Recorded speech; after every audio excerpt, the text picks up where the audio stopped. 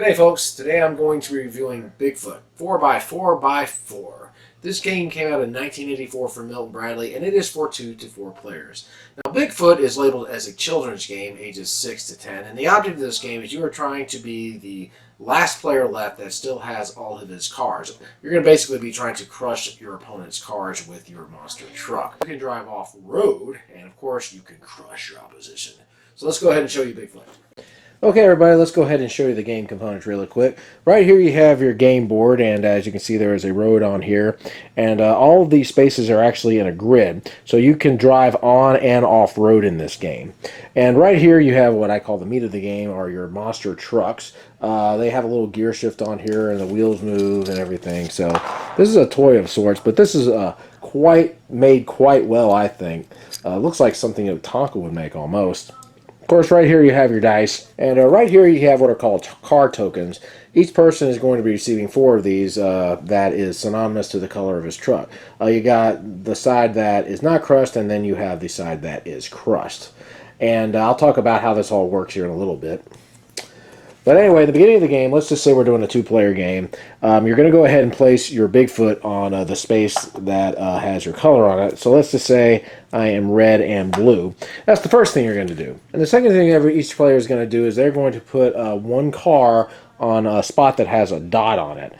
So let's just say for blue, I decide I'm going to go ahead and put one here. And let's just say red decides that he is going to put one here. In a 2-player game, what you're going to be trying to do is you're going to be trying to crush all 4 of your opponent's cars.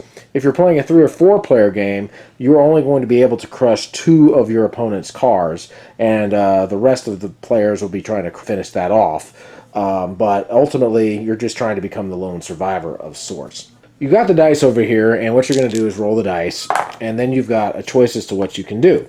Let's just say I had a 5 and a 2. I can either move my truck 7, or I can move the car 7. Now, the way movement works with the car is only going to be able to stay here on the street. So if I wanted to move the car, I could go 1, 2, 3, 4, 5, 6, 7, like that. Now, the car obviously cannot go off-road, and it cannot pass over any other cars that are on the road. It just has to go as far as it can. As far as moving the truck can move 7 the same way. 1, 2, 3, 4, 5, 6, 7, etc. Now, if you want to go off-road and on-road, there's a little gear shift here. And in order for you to go off-road, you have to be in 4-wheel drive. And if you're going to be driving on the street, you have to be in 2-wheel drive. And anytime you do a shift, that is going to count as a movement. So let's say I want to go off-road.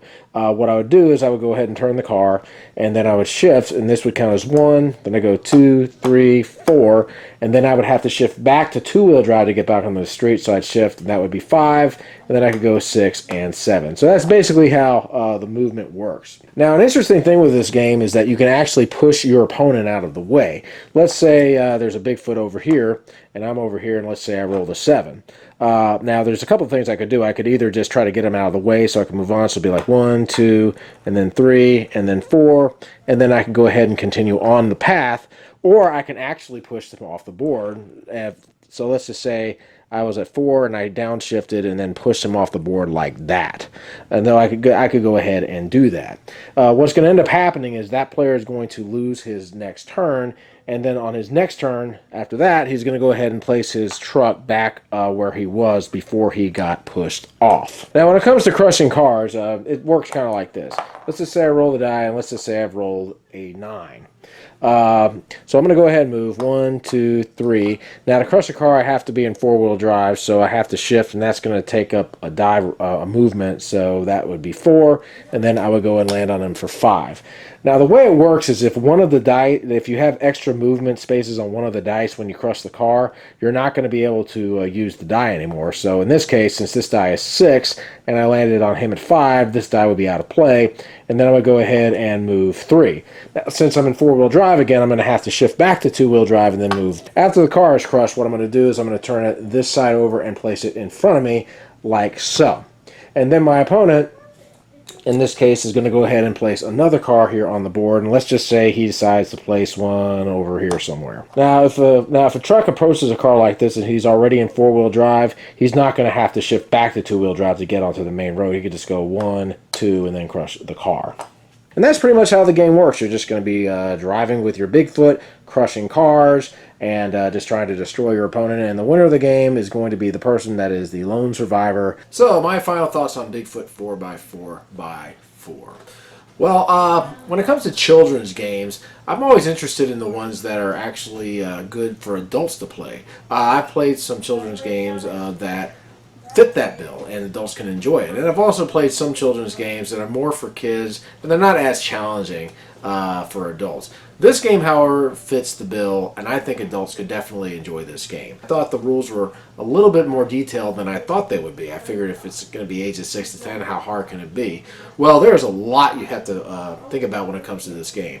Obviously, you've got to think about moving your truck. You have to think about shifting gears, which takes away from the die roll. And then you also have to think about moving your car as well. Interestingly enough, if you're actually playing with three or four players, you can strategically place your car on the board somewhere near one of your opponents, and if he's already crushed 2 of your cars, he's not going to be able to crush you. So you might actually be able to find an advantage somewhere and use some of these monster trucks to block the others, and they're going to have to get around you to get to your car. So this game is actually pretty good. It's a fun game, and of course it's fun when you crush your opponent's cars. Let's just face it, if you're a guy and you crush somebody's car with your big monster truck, that is going to make you feel like a man, baby. Well, this game definitely fits the bill for me. I don't know how it does with women, but I know my wife definitely enjoys crushing my car and taking it out of play. I got this game from Dude McCann to review in his series, in a bunch of games that he sent me. Thank you, dude, for sending me this game. This game probably goes for about $30 or $40 on eBay, surprisingly enough. I guess it's like one of those games that are hard to find. And of course it's Bigfoot. Bigfoot was way big in the 80s. So I would definitely recommend this game if you've got kids that are into monster trucks. Of course, you got the toy trucks, which are really, really cool. You can play with those separately from the game, and they're made well, I think. And gotta love those little gear shifts. So guys, that is my review of Bigfoot 4x4x4. I hope you all have a great day and keep on crushing!